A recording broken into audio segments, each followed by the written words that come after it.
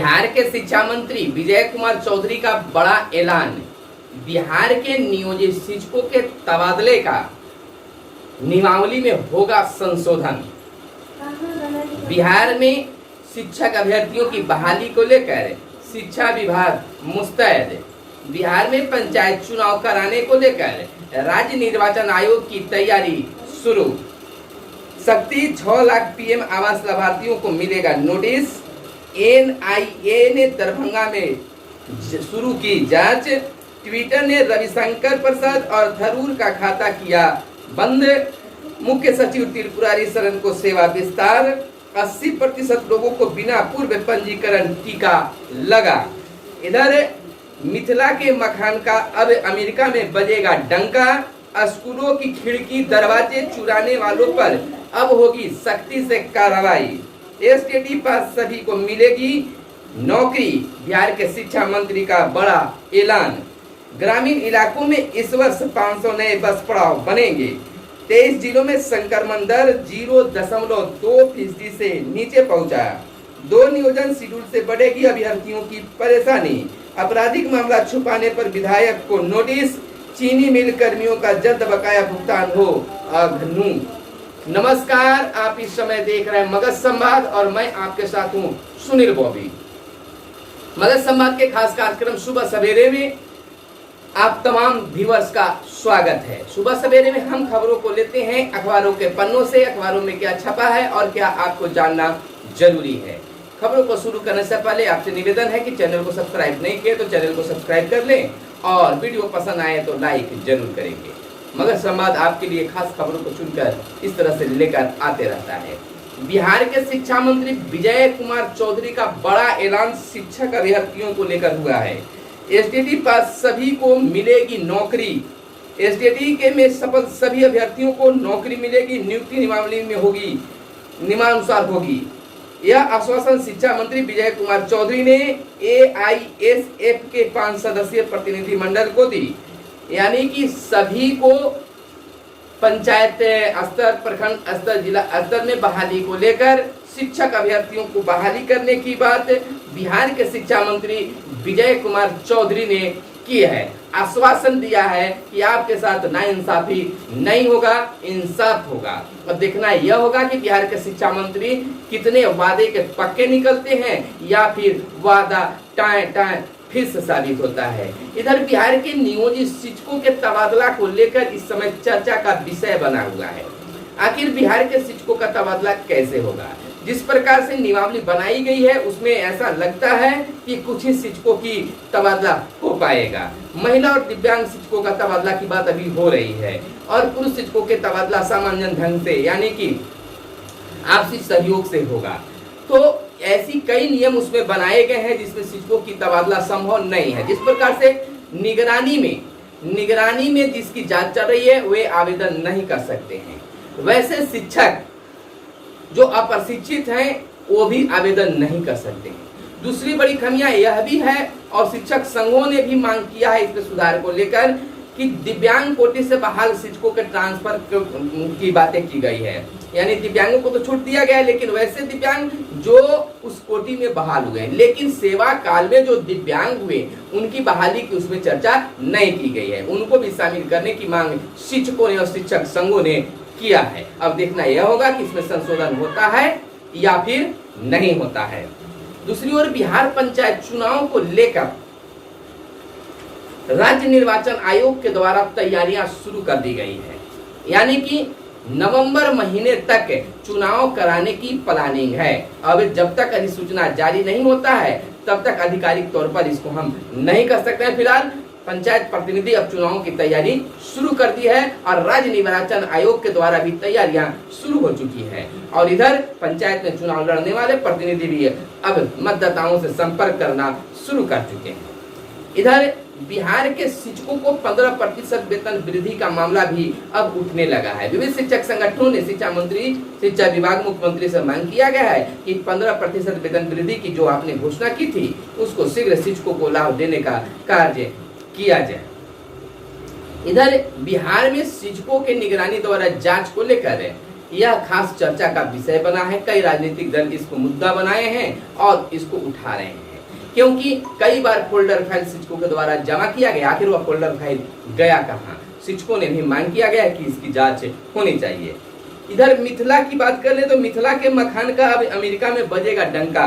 मखाना का जो है वह अब अमेरिका में भी इसका स्वाद जो है लोग चखेंगे और जानेंगे कि मिथिला का मखाना कैसा होता है। मधुबनी के जरेला के दर्जनों किसानों को मिलेगा बाजार और अलग पहचान।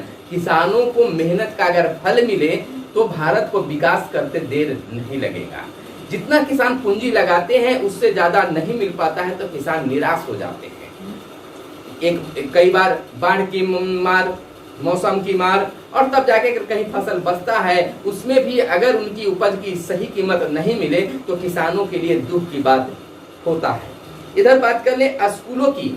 देखिए स्कूल करीब 2 सालों से बंद है। सरकारी विद्यालय की मैं बात कर रहा हूँ, सरकारी विद्यालय बंद है और कुछ वैसे लोग भी ग्रामीण स्तरों पर होते हैं जो सरकारी संपत्ति को सरकारी संपत्ति ही समझते हैं और उसका दुरुपयोग करते हैं। खिड़की केवाड़ी कबाड़ कर ले भागते हैं या बेच देते हैं। तो उनके लिए भी सरकार शिक्षा विभाग ने सख्ती बनाई है, कानून बनाया है कि जो भी ऐसा करेंगे तो उनको कड़ी से कड़ी सजा मिलेगी, उन पर सख्ती से कार्रवाई होगी। स्कूल बंदी में चोरों की कई जगह उड़ाई स्कूलों की परिसंपत्ति। ऐसी रिपोर्ट आई है कि कई जगह स्कूलों की संपत्ति जो है चोर उचंगों ने उड़ा दिया है। ग्रामीण इलाकों से मिली शिकायतों पर शिक्षा मंत्री गंभीर।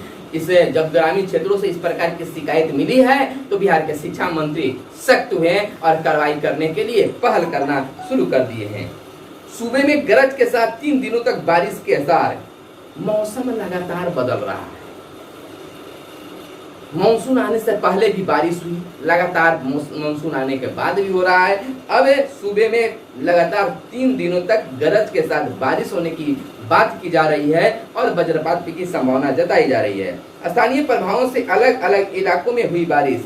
उत्तर पूर्व बिहार में आज 1-2 जगहों पर हो सकती है भारी बारिश। 26 और 27 जून के लिए ऑरेंज अलर्ट बिहार में जारी किया गया है। इधर बात कर लें ग्रामीण इलाकों की तो ग्रामीण इलाकों में इस वर्ष 500 नए बस पड़ाव बनेंगे। अगले 2 वर्षों में सभी पंचायतों में बस पड़ाव का होगा निर्माण। यानी कि अब ग्रामीण इलाकों में भी बस स्टैंड बनाने की प्लानिंग सरकार की है। हर पंचायत में बस पड़ाव बनाने की तैयारी सरकार द्वारा की जा रही है। अगर यह सुविधा मिलती है तो लोगों को बेहतर लगेगा। धूप और बरसात में खड़ा होकर गाड़ी का इंतजार करना नहीं होगा। बस पड़ाव बनेंगे तो वहां पर ठहरने की व्यवस्था हो जाएगी, तो लोग जो हैं आसानी से बस पकड़ सकते हैं, बस से उतर कर कुछ देर तक राहत महसूस कर सकते हैं। संक्रमण का दर कम होते जा रहा है। 23 जिलों में संक्रमण दर 0.2% से नीचे आया है और नई बीमारी की भी आशंका जताई जा रही है। फिर से तीसरी लहर आने की बातें कही जा रही है। 6-7 सप्ताह में आने की कई विशेषज्ञों ने बात रखी है, लेकिन अब देखना यह होगा कि क्या होता है। लेकिन हमारी सुरक्षा, हमें जागरूकता हमें उससे मुक्ति दिला सकता है। लेकिन जैसे ही बिहार अनलॉक होने लगा है लोग मास्क लगाना भी छोड़ चुके हैं। बाजारों में काफी भीड़, बेमतलब की भी भीड़ देखने के लिए मिल रही है। अगर यह स्थिति रही तो निश्चित तौर पर फिर से कोरोना की तीसरी लहर आएगी। चीनी मिल कर्मियों को जल्द बकाया भुगतान हो। हिंदू मजदूर सभा के महासचिव अगनू यादव ने कहा है कि बिहार स्टेट शुगर कॉर्पोरेशन सक्रिय इकाई की ओर से चीनी मिल में के सेवानिवृत्त कर्मियों को भविष्य निधि एवं पेंशन राशि का भुगतान नहीं हो रहा है। इस बाबत उन्होंने मुजफ्फरपुर के क्षेत्रीय भविष्य निधि आयुक्त को एक पत्र भी सौंपा है। आपराधिक मामला छुपाने पर विधायक को नोटिस, 12 को होगी सुनवाई। 2 नियोजन शेड्यूल से बढ़ेगी अभ्यर्थियों की परेशानी। 6ठा चरण की बात हो रही है। आसान नहीं होगा यह जानना कि उसके नियोजन इकाई जुलाई से अगस्त में काउंसलिंग कर रही है। स्थानीय जिला प्रशासन को भी होने वाली परेशानी, क्योंकि उन्हें भी नियोजन इकाइयों पर रहना होगा। जिला शिक्षा पदाधिकारी परेशानी का हल निकालेंगे। बिहार में 1 लाख की आबादी पर रहेगी एक सरकारी एम्बुलेंस। सरकार की यह सोच काफी बेहतर है। राज्य सरकार ने नई एम्बुलेंस की खरीद के लिए 62 करोड़ की मंजूरी दी है। BMISCL के माध्यम से होगी यह खरीदारी। तो लोगों को सुविधा देने के लिए बिहार सरकार तटस्थ है। राज्यपाल ने मेरी यादें को लोकार्पित किया। राज्यपाल फागू चौहान ने शुक्रवार को राजभवन के दरबार हॉल में न्यूरो फिजिशियन डॉक्टर विनय कारक की आत्मकथा मेरी यादें पुस्तक का लोकार्पण किया। किसान रेल से उत्पादों की बिक्री हुई आसान, कांग्रेस के कारण हुई ऑक्सीजन की किल्लत। यह कई बड़े बयान इस तरह के आते जाते रहते हैं।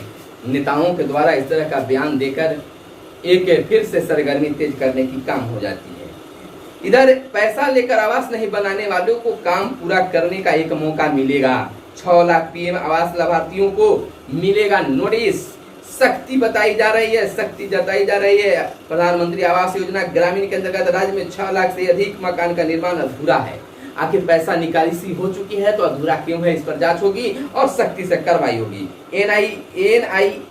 एनआईए ने दरभंगा में जांच किया शुरू। बम विस्फोट का दरभंगा जंक्शन पर 17 जून के हुए पार्सल ब्लास्ट में के तार पर पाकिस्तानी खुफिया एजेंसी आईएसआई से जुड़ने की बातें सामने आने पर मामले की तहकीकात राष्ट्रीय सुरक्षा एजेंसी की 3 सदस्यीय टीम शुक्रवार को दोपहर करीब 1:30 बजे दरभंगा पहुंचकर शुरू कर चुकी है।